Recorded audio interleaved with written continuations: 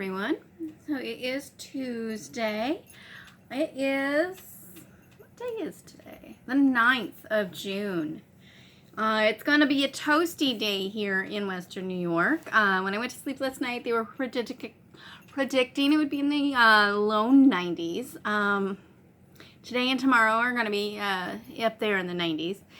And I gotta say, when I saw that, I was like, for the first time, I think I'm glad we're not in the classroom. When it hits 90s, it can be bad.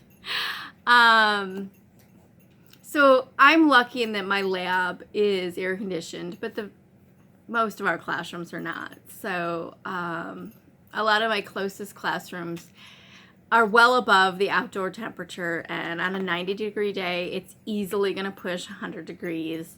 I know at times we've gone over 100. My room itself actually hit 101 once, and it sucks. It absolutely sucks. It's hard to teach, it's hard to learn, it's hard to do anything in those temperatures, and let alone, I don't know, try to get ready for Regents exams. So, yay. First time I'm glad I'm not in the classroom. And I'm glad my peers are not in the classroom. All right, so, let me move. Why'd I bury this? All right, I won't mess with that. We'll go on to this. All right, Cool box was left at my door yesterday. Oh, and this is what she said. So this is actually the center of a fabric bolt. This worked out perfectly as a box for what's in here. I have not seen these in pictures. I just knew they were coming.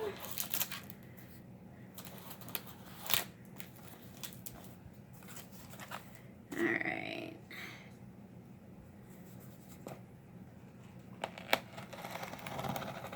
I'm gonna be very careful. I don't want to go too far through there because I know what's in there. Come on. Oh, I didn't get very far. Try that again. Oh, it even has that little dividing point in the middle. Nice. I wonder if that helped. Come on, box. All right, it's not the box, it's the tape. There we go. Oh, I see them. They're poking their little heads out.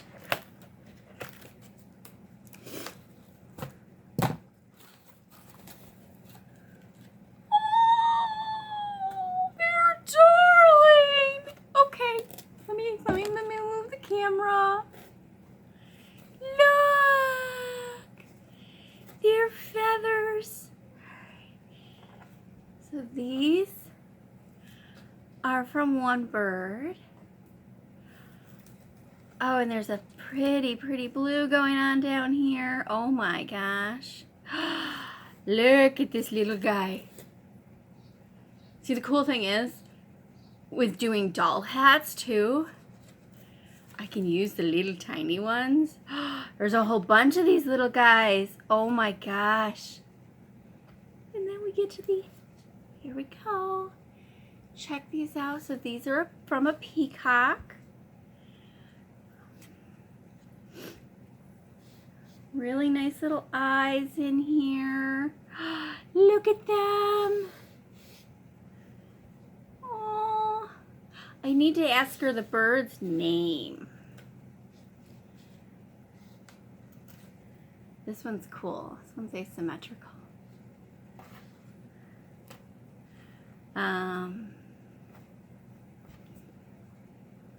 I wonder what these would look like alongside Merlin's feathers. In an earlier video, I opened the feathers from Merlin. See if I remember right, Merlin is an Amazon. Oh goodness, and there's a whole bunch more over here as well. This was the perfect box to ship these in. Really nice. Nice. Yay! Alright, let's kind of let this close back in. There we go. Alrighty. Alright, and they're gonna go over here. This is where the big basket with the straw and the feathers live. Those are awesome. Thank you, thank you, thank you. Yeah, I need to find out what the bird's name was because I like knowing that. Okay, so yesterday someone asked about the hairpins that I use for attaching headdresses. And I do use just regular hairpins for attaching them. And usually what I do, I should have grabbed one. Imagine it like the bandeaus. I tend to do my hairpins here behind my ears.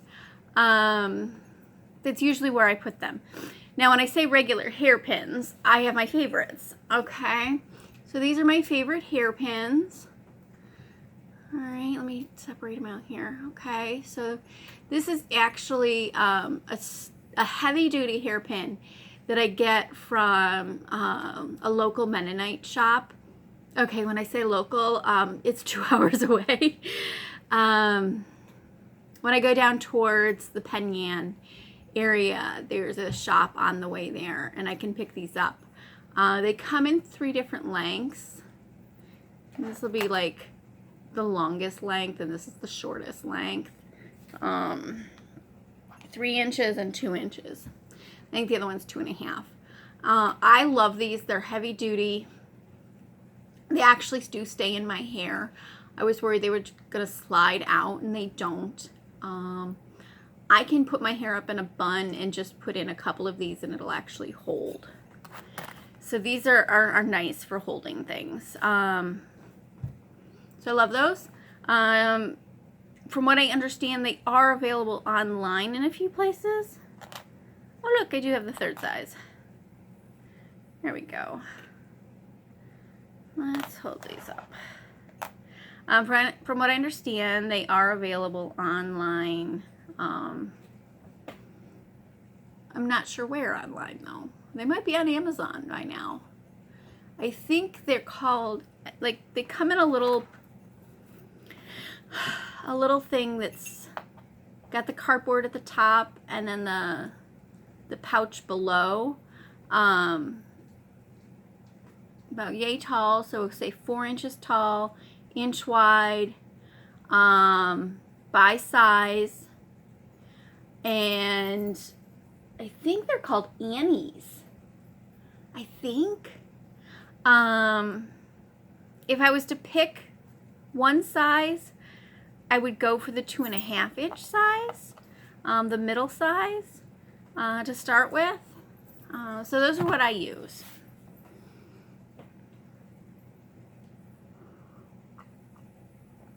All right. Meow. Someone's upset because she can't get up here. So today we're going to do a little craft. We're going to start one. All right, so these little dudes, check out these fun pin cushions. Check out the Clara. Hi. Now go back down. Thank you. All right, so I've seen these for a while. And I'm like, oh, I want to make some. I'm amused by like these, I'm going to call them segmented pin cushions. So, you may have seen in my Etsy shop, there's the pillow ball pin cushion. Love that. Then there's the puzzle ball pin cushion. That's the one a lot of us know about. Then there's this guy. I've seen these done in velvets and silks and calicos and wools and just about anything. And I've been meaning to make one for a little bit, and I finally got around to it. You can find something similar in the American Girls book, page 250. It's called A Bunch of Roots. You're going to notice that one is only attached at the bottom, whereas this one is attached up one side. And these are really just squares folded in half. Okay.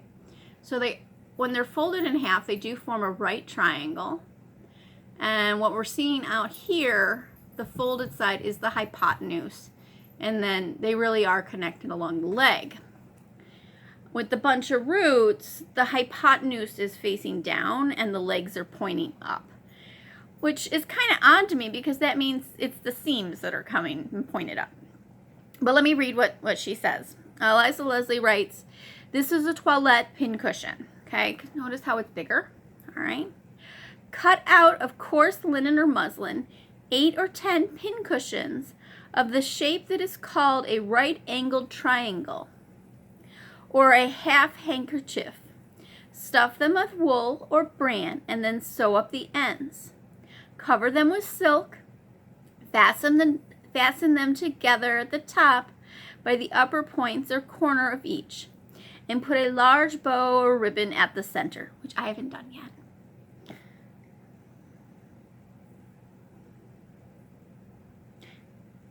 By the upper point. You know what? I think the illustration doesn't match the thing. Upper point or corner of each, and put a large bow at the center where they meet. When stood on the table, these pincushions will spread out around, resting on their broad parts. So at some point I should make one that way too. Maybe the second one I will. All right. One of these days we're going to cover that book. I just have to find the right paper. I might end up having to just use the paper that's laying around the house here. All right, so for the version that I did, okay, I have 3 different colors of velvet. And I cut, I'm going to say, what's that odd little piece? And I cut 3 of each. Okay, so there's 9 segments, all right? So I have 2 purples and a green. Now these are those scraps that I had sent from someone online. And originally in my head, I wasn't planning them going together. And then all of a sudden when they arrived, I'm like, oh, they so go together. All right. So each square is going to need to get sewn into a triangle. My squares are 3 inches. That's simply because I used my 3-inch ruler. You could go bigger, you could go smaller. Will warn if you go any smaller. Depending on the fabric you're using, they can get a little difficult to turn right side out. Now, I did not follow Miss Leslie's directions in making muslin triangles first. Okay, I'm just going right ahead and doing my velvets. So here's my square and folding it in half. Okay, so here's your right angle. Here's your hypotenuse. Here's your leg. All right, we're going to sew along one leg the whole way.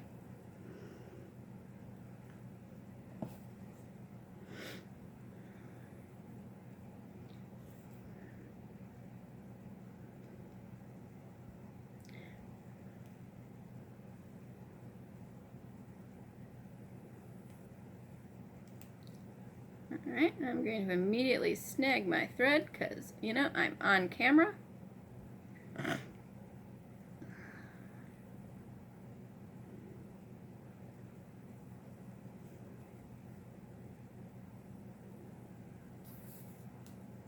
I am sure you guessed already that this is going to be over 2 days.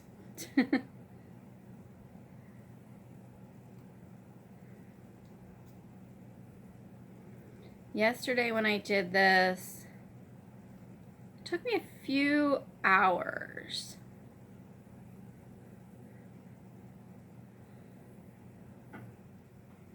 But it was a nice switchover project after working on another piece all day.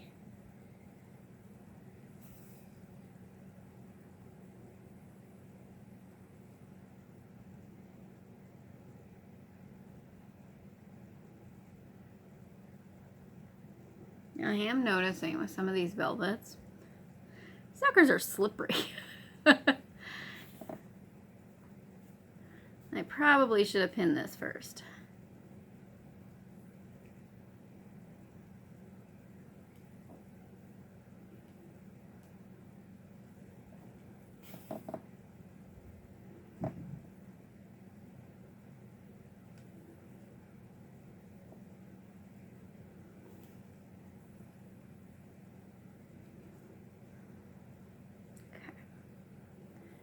So once you sew along one leg, not off. All right, there's one leg. Okay. I'm going to jump a big space, okay? At least a thumb's width, okay? I think that's going to make it easier for you to turn it right side out. And then I'm going to sew from here to here, okay? So you don't want to sew at close to the right angle. You want the opening to be down by the right angle. You want to sew up here. And that just makes it easier later when you close that up. It's easier to close from the middle of that seam to the right angle than it is to try to get that pointy part right. Just getting that 45-degree angle sewn up right is a little difficult. I did that on one of these. It's actually the lighter weight velvet. Came out okay, but it was definitely not the easiest. Alrighty.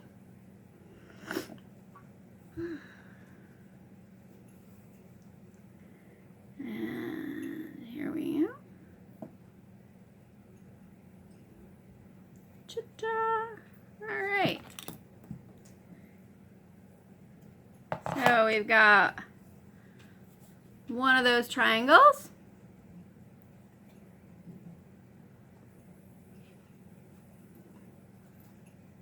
I can barely get my finger in there. I should probably left that a little bigger. I'm going to turn it right side out.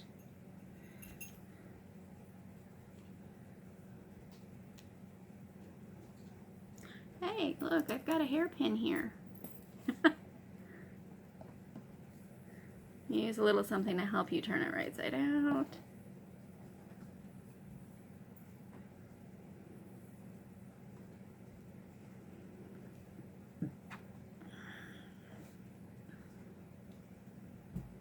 All right, maybe this was easier late last night. There we go. Because I haven't eaten breakfast yet.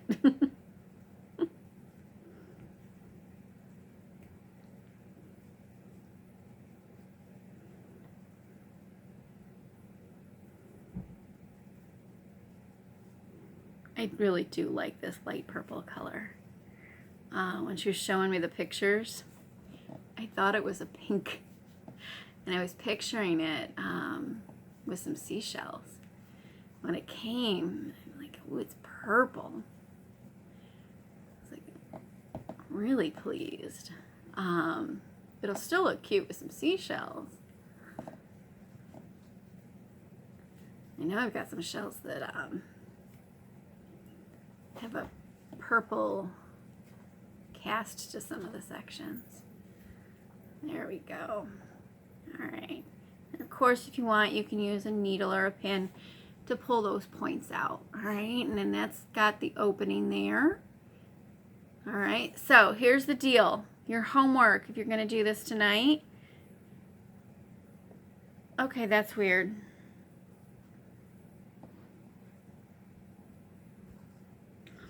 My sides are not even. Okay. Your homework tonight is to make all 9 of these, stuff them and close them, and tomorrow we will put them together, all right? Maybe I'll find a bow. We shall see. And I don't know if I'm going to put mine together this way or Eliza Leslie's way, but I'll tell you how to do this way, okay? So that's your homework. I'm going to go eat breakfast now. All right. Talk to you tomorrow. Bye-bye.